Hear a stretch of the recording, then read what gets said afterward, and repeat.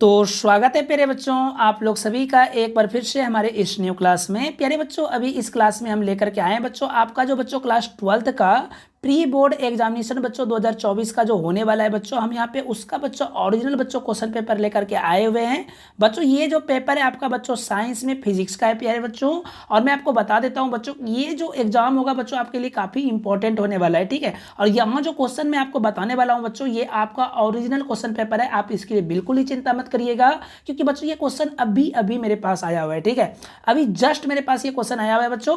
पहले मैं आपको बता देता हूं बच्चों कि सेंटअप एग्जाम जो होता है, प्री बोर्ड एग्जामिनेशन जो होते हैं, ये क्या होते हैं बच्चों। ये जो होते हैं हमारे बिहार बोर्ड जो होते हैं ना, ये क्या करता है कि बच्चे का फाइनल एग्जाम लेने से पहले एक बार बच्चे को प्रिपरेशन करा देता है कि मैं जो इस बार जो आप लोगों का जो बोर्ड एग्जाम जो लेने वाला हूं, उसमें किस बेसिक पे मैं क्वेश्चन पूछने वाला हूं, ठीक है।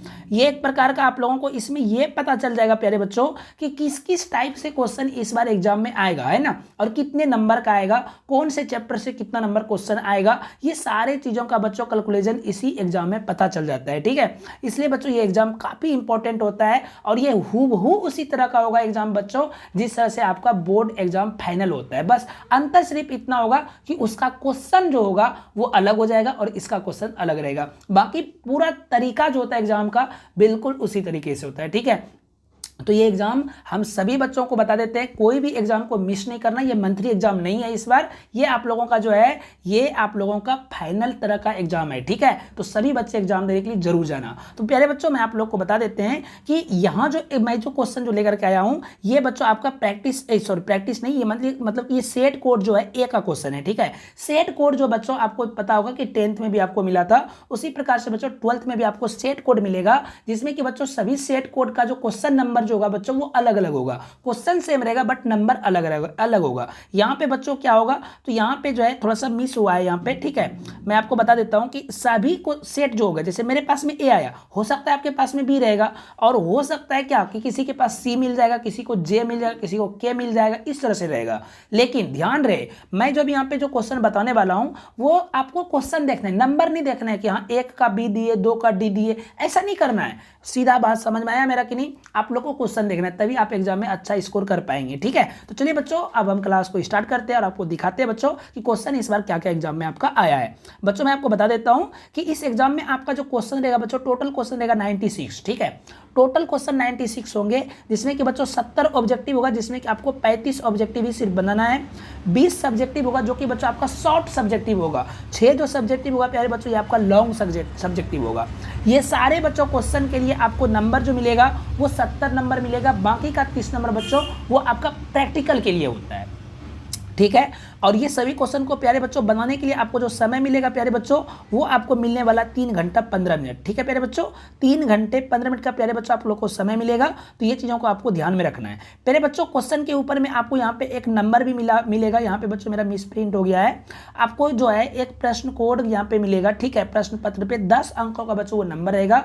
वो नंबर जो है प्यारे बच्चों आप लोगों को अपने आंसर की में डालना है, ठीक है। आपका जो उत्तर पुस्तिका हुआ प्यारे बच्चों, उसमें आपको नंबर वो डालना है, ओके। आगे बढ़ जाते हैं प्यारे बच्चों, मैं आपको बता देता हूं। अब क्वेश्चन पे आते हैं, ठीक है। यहाँ पे बच्चों क्वेश्चन में कहा है कि 1 से 70 तक आपका ऑब्जेक्टिव क्वेश्चन है, जिसमें कि ओमार पे आपको बच्चों सिर्फ 35 क्वेश्चन को बनाना है, ओके। 35 क्वेश्चन बनाना है आपको। चलिए बच्चों, हम आपको ना क्वेश्चन बताते हैं कि इस बार का एग्जाम में क्या क्या पूछा है। तो पहला यहाँ पे बच्चों क्वेश्चन में कहा है कि 20 सेंटीमीटर फोकस दूरी है, इसका उत्तर लेंस की क्षमता क्या होगा? तो बच्चों 5 डायोप्टर, ओके। अगला क्वेश्चन में कहता है कि प्रकाश का आंतरिक परिवर्तन संभव नहीं होता है, बताओ बच्चों किसमें संभव नहीं होता है? तो ये होता है जल से कांच में, ठीक है बच्चों, जल से कांच में संभव नहीं होता है, ओके।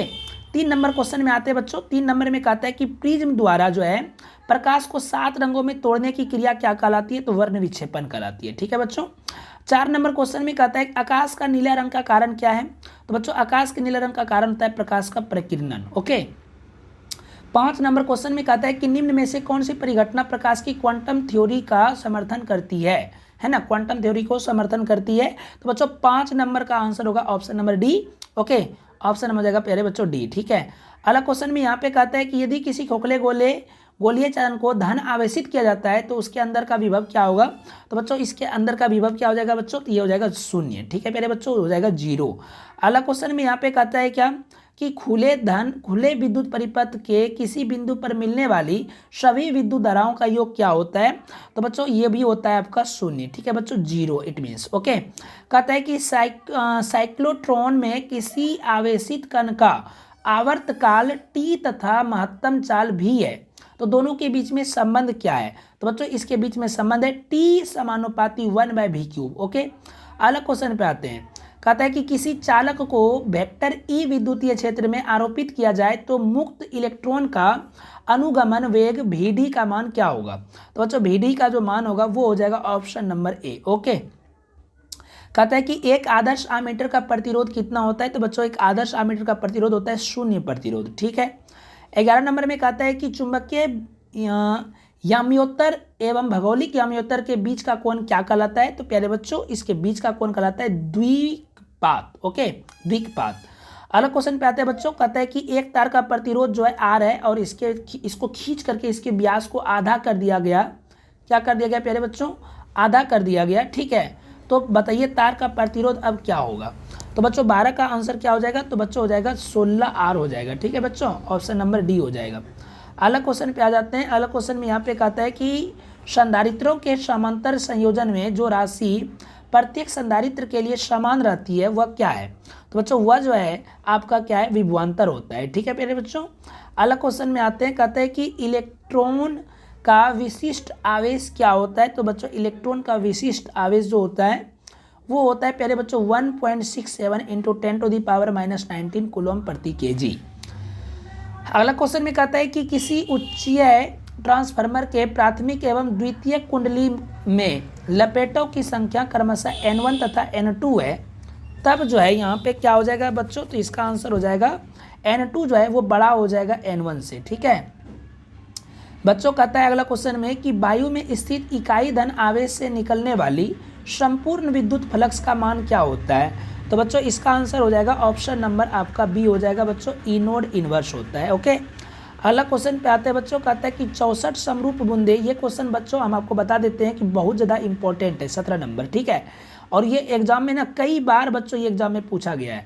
64 समरूप बूंदे जिनमें प्रत्येक की धारिता 5 म्यू एफ है, तो इसको मिल करके एक बड़ा बूंद बनाता है, तो बड़े बूंद की धारिता क्या होगी? तो बच्चों इसका धारिता क्या हो जाएगा? 20 म्यू एफ हो जाएगा। ठीक है बच्चों, अगले क्वेश्चन पे आ जाते हैं। कहता है कि 6 म्यू एफ धारिता में 3 संधारित्र उपलब्ध है, तो इनके जो है इनके द्वारा प्राप्त न्यूनतम तथा अधिकतम धारा क्या होगी? तो बच्चों इसका 18 का आंसर हो जाएगा ऑप्शन नंबर आपका बच्चों सी हो जाएगा। ठीक है, 2 म्यू एफ और न्यूनतम होगा और अधिकतम जो होगा बच्चों 18 म्यू एफ हो जाएगा। ठीक है बच्चों, अगले क्वेश्चन पे आ जाइए। कहता है कि निम्न में से कौन सी किरणें जो है चुंबकीय क्षेत्र के द्वारा विक्षेपित नहीं होती है? तो बच्चों कौन सी किरणें नहीं होती है? तो गामा किरणें नहीं होती है। ठीक है, चुंबकीय क्षेत्र से इस पर कोई प्रभाव ही नहीं पड़ता है गामा किरण को। कहता है कि चौक कुंडली शक्ति गुणांक क्या होती है? तो बच्चों 0 होती है। ठीक है, क्या होती है? 0 होती है।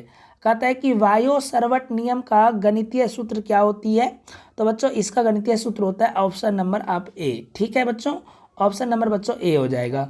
निकेल क्या है? तो बच्चों निकेल एक प्रकार का क्या हो जाएगा बच्चों? तो निकेल हो जाएगा एक प्रकार का लौह चुंबकीय। ठीक है प्यारे बच्चों, अगला क्वेश्चन पे आ जाते हैं। अगला क्वेश्चन में कहता है कि एक उभयोत्तल लेंस है ना के प्रत्येक तल की वक्रता त्रिज्या 20 सेंटीमीटर तथा लेंस के पदार्थ का अपवर्तनांक 1.5 है, तो लेंस की फोकस दूरी क्या होगी? तो बच्चों लेंस की फोकस दूरी हो जाएगा 20 मीटर। ठीक है प्यारे बच्चों, अगला क्वेश्चन पे ये कहता है कि लेंस की एक किरण कांच जिसका अपवर्तनांक 3/2 है और पानी जिसका अपवर्तनांक 4/3 है, तो इसके बीच का क्रांतिक कोण का मान क्या होगा बच्चों? तो ये हो जाएगा आपका क्या हो जाएगा बच्चों? तो साइन इनवर्स 8/9 हो जाएगा। ठीक है बच्चों, अगले क्वेश्चन पे आ जाइए। अगला क्वेश्चन यहाँ पे क्या बोलता है बच्चों? कहता है कि रचनात्मक व्यक्तीकरण के लिए किसी बिंदु पर पहुंचने वाली 2 किरणों के बीच कालांतर क्या होती है? तो बच्चों इसका आंसर हो जाएगा ऑप्शन नंबर सी, पाई होती है। ठीक है बाबू, अगले क्वेश्चन पे आ जाओ। अगला क्वेश्चन में कहता है कि एक ही तरंग दैर्घ्य, ध्यान देना यहाँ पे प्यारे बच्चों, एक ही तरंग दैर्घ्य के इलेक्ट्रॉन तथा प्रोटॉन का डैश समान होता है। तो बच्चों ये आपको पता होगा कि एक ही तरंग दैर्घ्य के इलेक्ट्रॉन और प्रोटॉन जो होते हैं इसका बच्चों संवेग जो होते हैं वो बराबर होते हैं। ठीक है बच्चों, मोमेंटम। ठीक है, अगला क्वेश्चन है बच्चों, कहता है कि जेड परमाणु क्रमांक वाले परमाणु की किसी दी हुई कक्षा में इलेक्ट्रॉन की ऊर्जा समानुपाती होती है, तो किसके समानुपाती होती है बच्चों? तो ये हो जाएगा आपका जेड के समानुपाती होती है। ठीक है, अगला क्वेश्चन में कहता है बच्चों कि पी ब्लॉक के अर्धचालक के लिए अशुद्धि तत्वों के रूप में प्रयोग किया जाता है, तो बच्चों किसका प्रयोग होता है बच्चों? तो ये हो जाएगा आपका बच्चों हो जाएगा बोरोन का। ठीक है प्यारे बच्चों, 28 का होगा ऑप्शन नंबर ए। बच्चों कहता है कि इसमें जो है आपका ये जो फिगर जो बच्चों यहाँ पे दिया हुआ है, इसमें बच्चों आपको निकालने बोला है क्या? तो समतुल्य धारिता। ठीक है, तो बच्चों जब आप इसका समतुल्य धारिता निकालेंगे प्यारे बच्चों, तो इसका आ जाएगा आपका 20/9 म्यू एफ। ठीक है, अगले क्वेश्चन पे आइए प्यारे बच्चों, 30 नंबर में कहता है कि मॉडेम वह युक्ति है जो कि प्रयोग होती है, किसके लिए प्यारे बच्चों प्रयोग होती है? तो ये होती है प्यारे बच्चों मॉड्यूलेशन एवं डीमॉड्यूलेशन दोनों के लिए। ओके, अगला क्वेश्चन में यहाँ पे कहता है क्या कि +10 म्यू कूलम तथा -10 म्यू कूलम के दो बिंदु आवेश वायु में परस्पर 40 सेंटीमीटर की दूरी पर रखे हैं, निकाय की विद्युतीय स्थितिज ऊर्जा क्या होगी? तो बच्चों इसकी स्थितिज ऊर्जा जो जाएगी वो हो जाएगी -2.25 जूल। ओके बच्चों, 32 नंबर क्वेश्चन पे आते हैं, कहता है कि वैद्युत द्विध्रुवीय के निरक्षीय स्थिति में विद्युत विभव होते हैं, तो बच्चों विद्युत विभव क्या होते हैं बच्चों? तो इसका होगा ऑप्शन नंबर डी, 0 होते हैं। ठीक है प्यारे बच्चों, अगला क्वेश्चन पे आ जाइए। अगला क्वेश्चन में यहाँ पे क्या कहता है कि 60 वाट और 40 वाट को दो श्रेणी क्रम में जोड़ा है, तो उसमें स्थित जो है शक्ति उसकी क्या होगी, है ना? तो बच्चों यहाँ पे श्रेणी क्रम में जोड़ा है, इसलिए बच्चों इसका जो मतलब शक्ति जो होगा वो हो जाएगा 1/60 + 1/40 करना होगा प्यारे बच्चों। और इसको जब आप सॉल्व करेंगे तो इसका आंसर हो जाएगा बच्चों आपका ऑप्शन नंबर हो जाएगा प्यारे बच्चों डी। ठीक है, 24 वाट। ओके, अगला क्वेश्चन में यहाँ पे कहता है क्या बच्चों? कहता है कि प्रेरणिक प्रतिघात क्या होता है? तो बच्चों प्रेरणिक प्रतिघात जो होता है वो होता है ऑप्शन नंबर ए। ओके बच्चों, अगले क्वेश्चन पे आ जाइए। बच्चों यहाँ पे 35 नंबर क्वेश्चन में क्या कहता है कि एक तार में 1 एम्पियर की धारा प्रवाहित हो रही है, यदि इलेक्ट्रॉन की आवेश 1.6 × 10⁻⁻19 कूलम है, तो प्रति सेकेंड तार में प्रवाहित इलेक्ट्रॉन की संख्या कितनी होगी?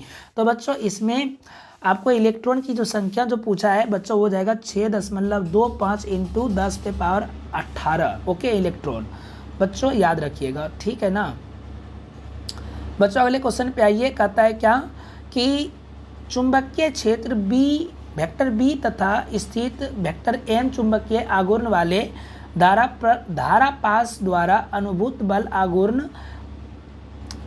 क्या तो है वेक्टर टी का मान क्या होता है? तो बच्चों इसका आंसर हो जाएगा 36 का बच्चों आंसर हो जाएगा आपका ऑप्शन नंबर बी हो जाएगा। ठीक है प्यारे बच्चों मैं यहाँ पे आपको 36 क्वेश्चन कराया। आपको बच्चों एग्जाम में जो है सिर्फ आपको 35 क्वेश्चन बनाना है, तो बच्चों ये था आपका आंसर। ठीक है, अभी बच्चों मैं आगे क्वेश्चन अभी नहीं करा पाऊंगा क्योंकि बच्चों वीडियो लंबा हो जाएगा। मैं बच्चों दूसरा पार्ट इसका बनाने जा रहा हूं बच्चों, जिसमें कि मैं आपको देख लीजिए बच्चों, मैं आपके लिए बच्चों यहाँ पे सब्जेक्टिव भी प्यारे बच्चों मैं क्वेश्चन लेकर के आप लोगों के लिए आया हूँ। ठीक है प्यारे बच्चों, तो ये बच्चों सब्जेक्टिव भी क्वेश्चन है, आप लोग बिल्कुल चिंता ना करें बच्चों। मैं तुरंत आप लोगों के लिए सेकेंड वीडियो का पार्ट बना रहा हूँ।